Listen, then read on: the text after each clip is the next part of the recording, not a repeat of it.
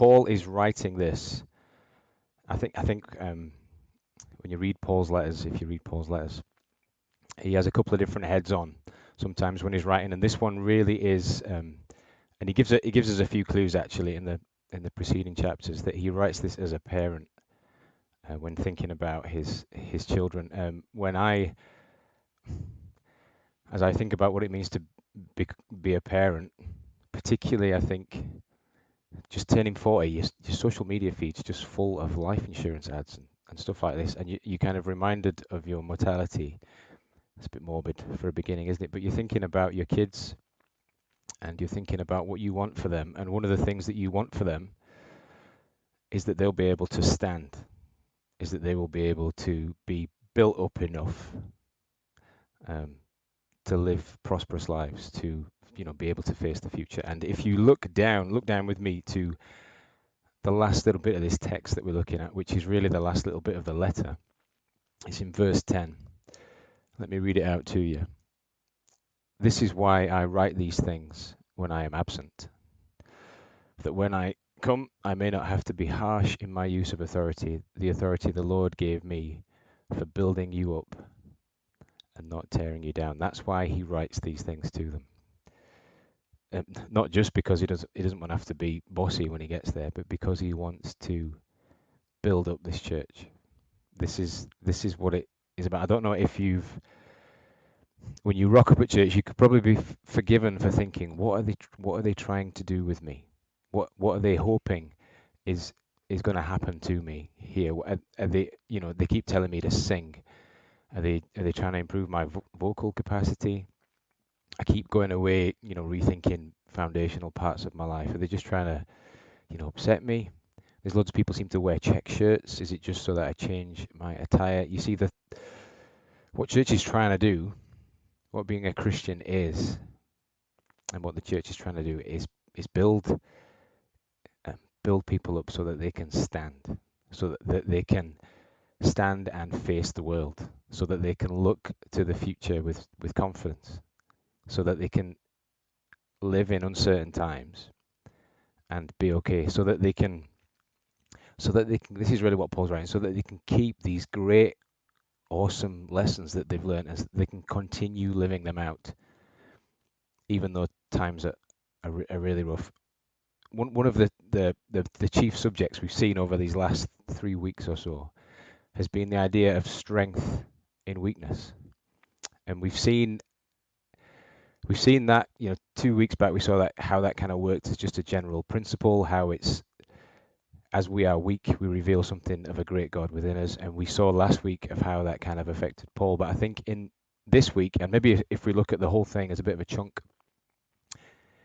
I guess what we see is kind of how a parent observes his children making their way through the world, living out in the weakness and vulnerability that comes with being a human being, heading towards a position of strength.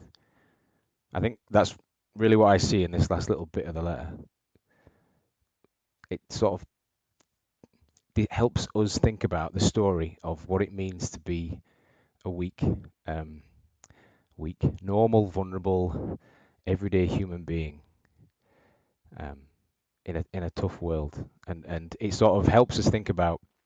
So if you're if you're a Christian, if you're somebody of faith, the kind of things that you're going to have to go through, the things that you might need to encounter, and how it will feel to sort of live this life of weakness. So so I'm just going to really do a couple of stop-offs on the way through as we go through the text, and it really, I think, just helps us see the journey of the weak human being, and help points us towards strength. So the first thing I think that we see this in verse 3 and 4 really, is that it's kind of standing, being somebody who continually can face the future, being somebody who really holds on to these forgiving, loving, Christ-like values, is pretty much can feel impossible. That's the first stop off. That's where I'm starting. To stand, to be somebody who is built up in a Christ-like way, in a way that can always face the future, can feel can feel impossible. Even if, let's say, even if we unchristianize this, even if we take some of the elements of faith away, and we just think about what it means to stand and be built up as a human being, looking to the future with confidence. Even that I think can feel impossible. Do you feel that? In Corinth, that's kind of what Paul sees as he looks at this church, this church that he sees as his children, as his babies. He kind of looks in and thinks, man, these people living this life in Corinth, it's tough enough for them just to stand, to be built up in any kind of way anyway. That's tough.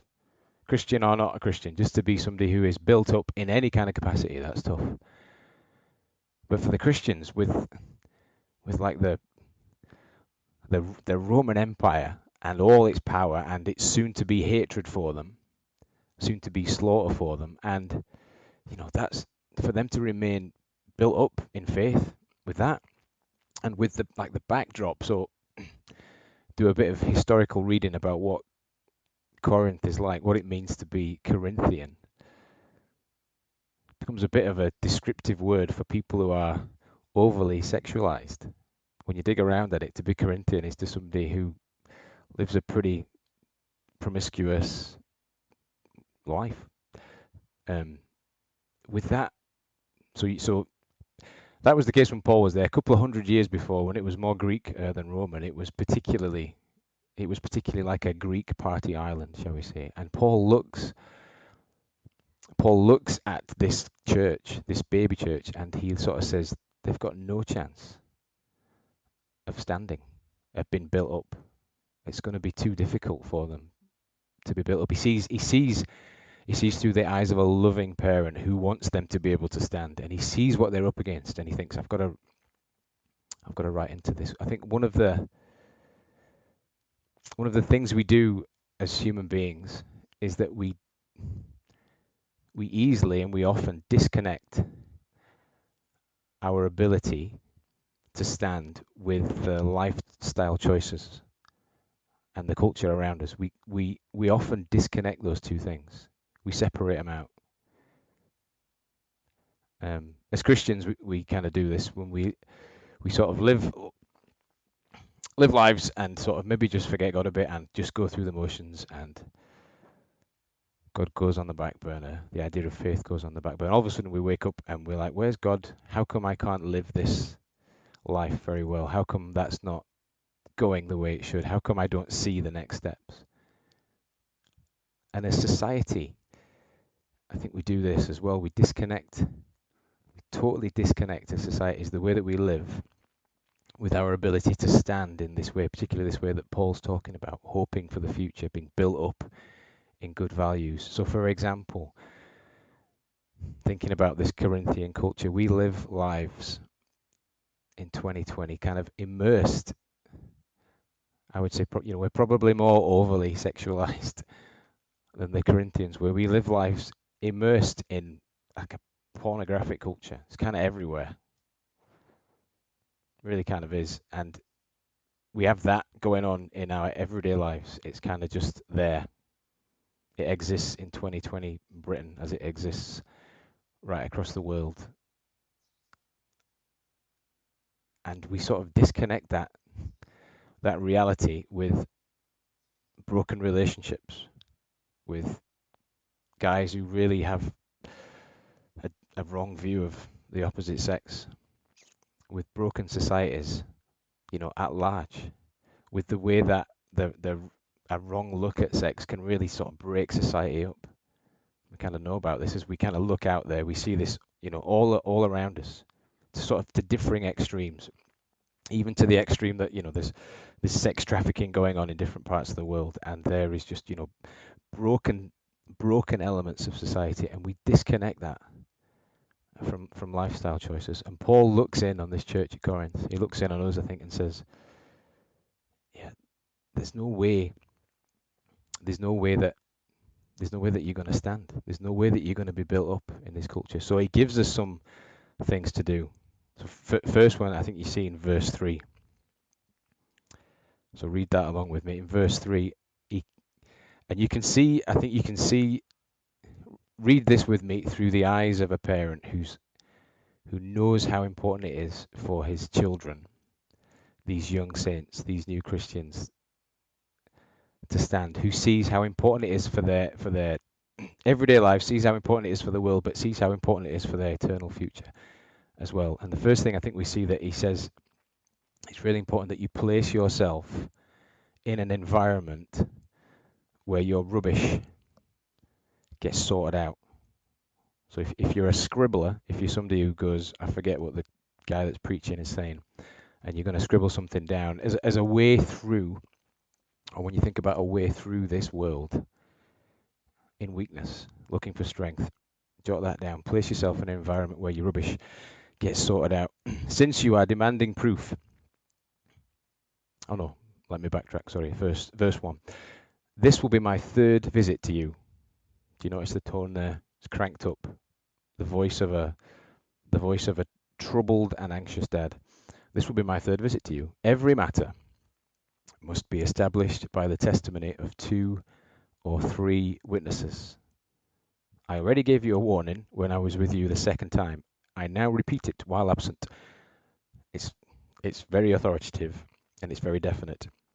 On my return, I will not spare those who sinned earlier or any of the others. It's a dad warning. He says, what's happening is serious and it can't carry on, and I'm coming. That's the warning that parents give, isn't it, from time to time? I'm coming. You better be on your guard. I'm coming. And when I get there, we're going to do things by the book. So he references the Old Testament law. He says we're going to do things in a proper way. We're going to get 2 or 3 witnesses in. And he says to them, every matter must be established by the testimony of 2 or 3 witnesses. Now, I don't think in this moment that he's saying, if you fall out about spilt milk, we're going to get 2 or 3 witnesses down there. I think he's saying, I don't think he's trying to create an overly litigious culture. He's not trying to do that. He's saying the stuff in your everyday lives that is ruinous, you need to create an environment that sorts this out. This is I think the overriding principle that I'm taking from this little section. We need to create or get in an environment that will save you. Now, one of the things I think that we become experts at human beings is living lives that can kind of cover up the ruinous aspects of our personalities. Living lives that can kind of hide that. And then just kind of carrying on living and almost waiting for it to blow up in our faces. And Paul says here, I think some wise words. He says, what needs to happen in Corinth, in this church, is that there is a culture of people who bring an end to the stuff that ruins them. That's the first thing. I think it's kind of a wise heads up. The second thing is, and I think it's the reason that he says the first thing.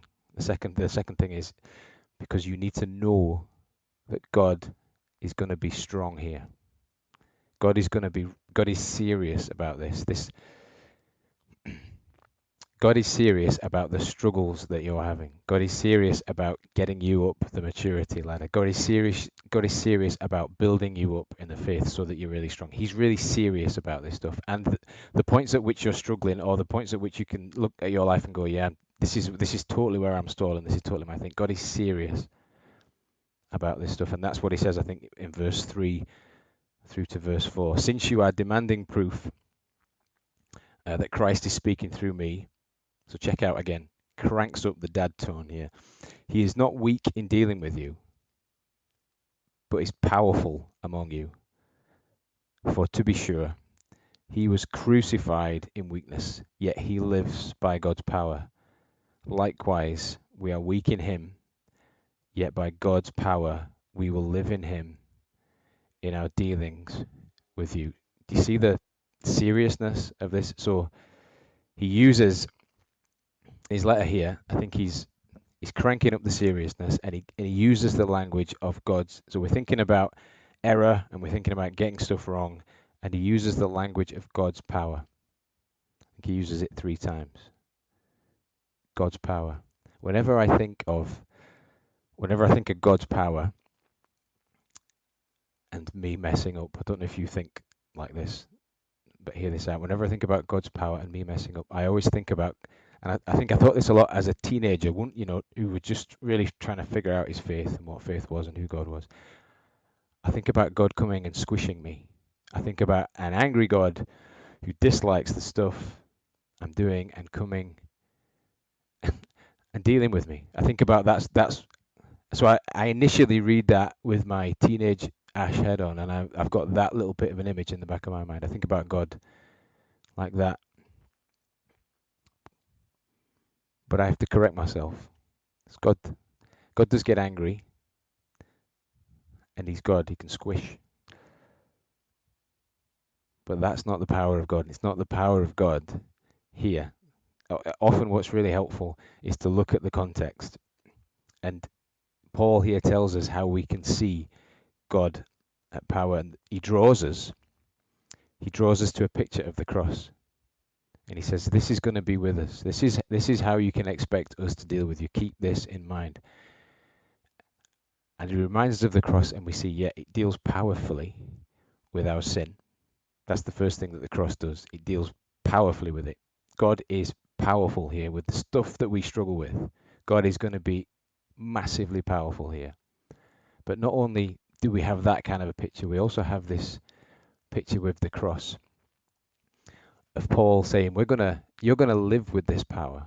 And what does he mean by that? This power is as we live amongst you with this power, you're gonna experience this as we live amongst you. What is he getting at that there? It's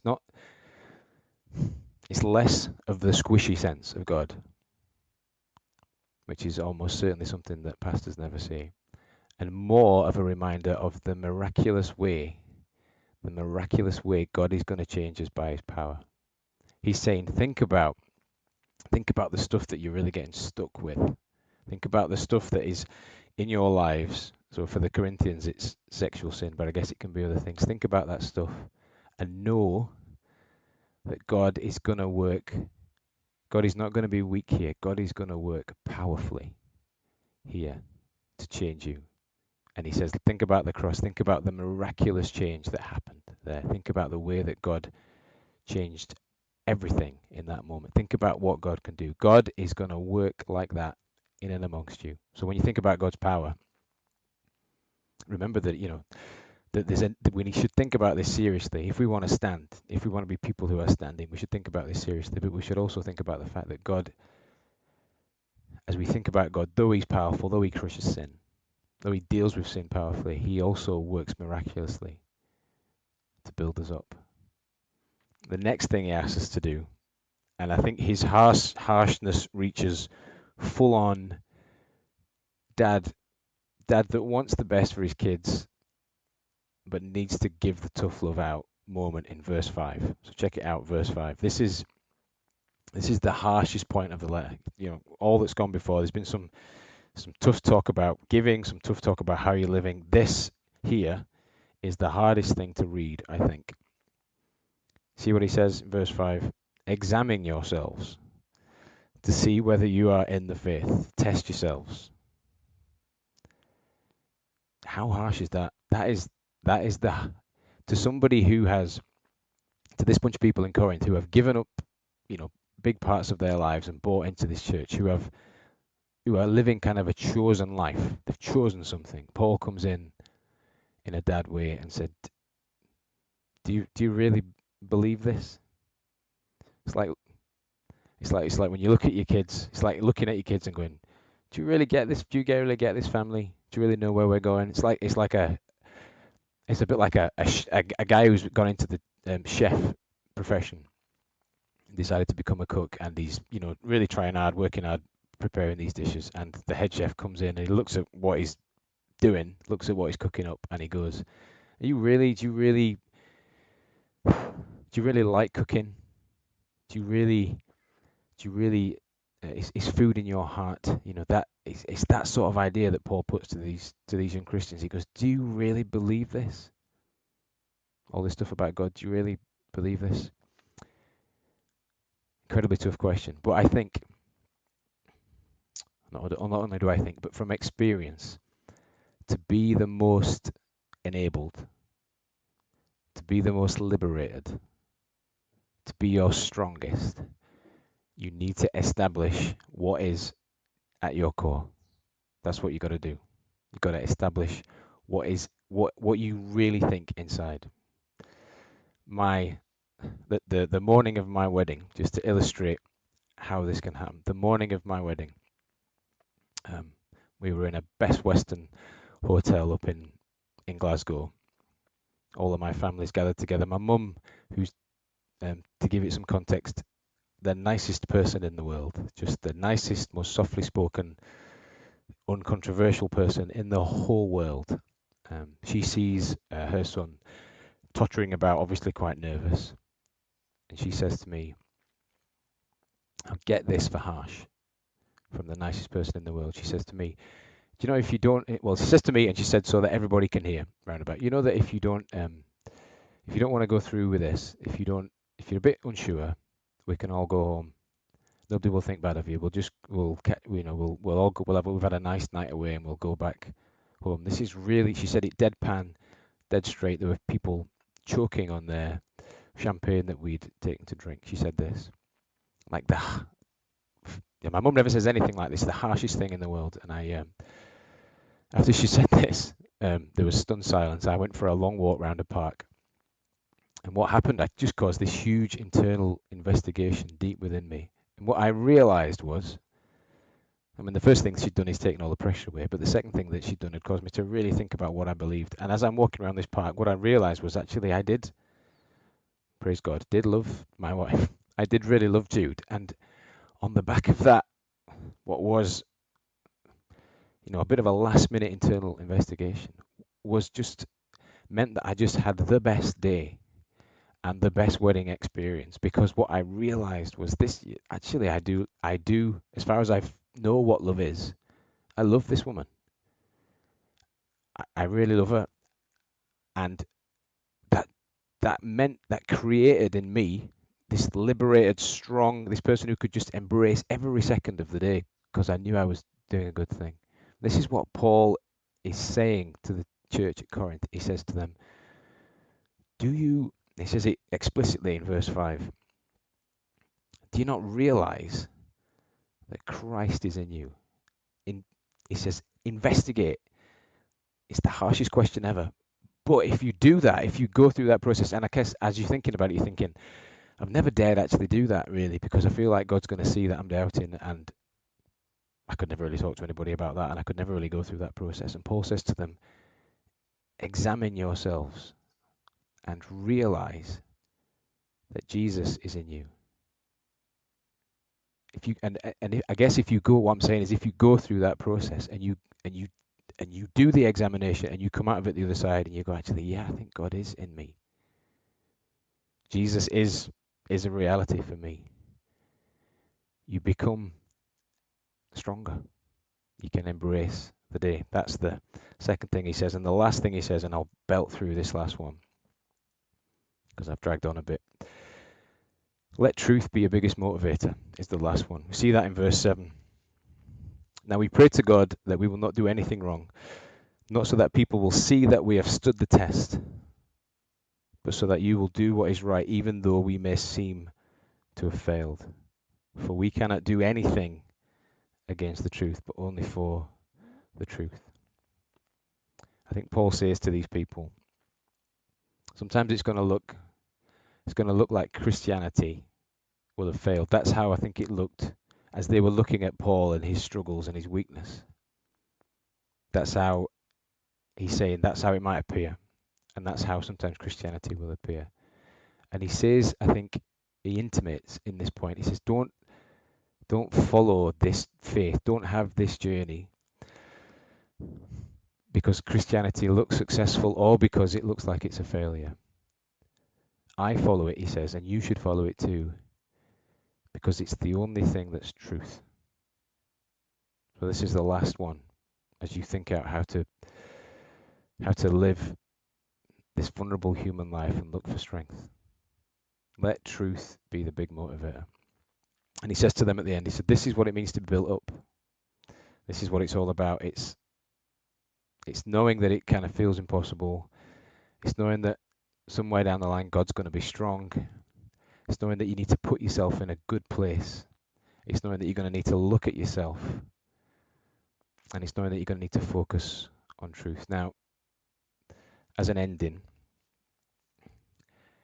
what the reality of that, I think, the reality of that for me, and I think for other Christians as I observe it, means that often the Christian journey feels like it's all foundational. Feels like it's tricky often. Feels like we're often being broken down. Have you experienced that as a Christian? It feels like we're often wrestling with stuff, and we're often into our 30s and 40s and 50s. Maybe we've been Christian for a long time, and we're thinking, I'm sure I should be on a few more rungs higher than this by now. I'm sure I should have worked some of this stuff out. It feels like often it's examining yourself. It's wrestling with stuff. It's thinking about it's understanding what forgiveness is, and it's trying to figure out how you can forgive other people. Often it's tough stuff. Often it's really hard. Jesus would say, as we sort of feel the weight of this, and maybe think to ourselves, is this because it feels like it's so foundational, it feels like I'm not getting up the ladder. Is this really the smartest way to go? Jesus says to us, I think, he says to us in a really simple story that we use often to teach kids about the wise and the foolish man. He says, these struggles, these steps are really wise steps. He would say, think about the wise man and the foolish man. Think about the foolish man. Maybe you know this story, or maybe you know this song. Think about the foolish man who built his house really quickly on the sand. It shot up, and he built it up really quickly, and it was there and it was done, and he was living in it. And then think about the wise man. Now remember the story. Think about the wise man who built his house on a rock. He sought out the rock, and then he dug. Jesus says he dug down deep to build his house. What Jesus is saying is, it took him a while to build this. He spent a lot of time, because he was building on a rock. He spent a lot of time on foundations. He spent a lot of time on the core stuff. And Jesus says about this man, he says, this man took wise steps. Why? Because when the storm comes, when the storms of life come our way, this guy's decisions, this guy's struggles, this guy's energies means that he will stand, that he will remain built up. So when the tricky issues come along in our jobs, the tricky issues come along in our lives, or the really tough stuff comes along with our health, or the really tough stuff comes along with our mortality, Jesus says this person's built in such a way that will last. So think about those things. I hope that has given you some comfort in what has been really hard times. God bless. Thanks for listening.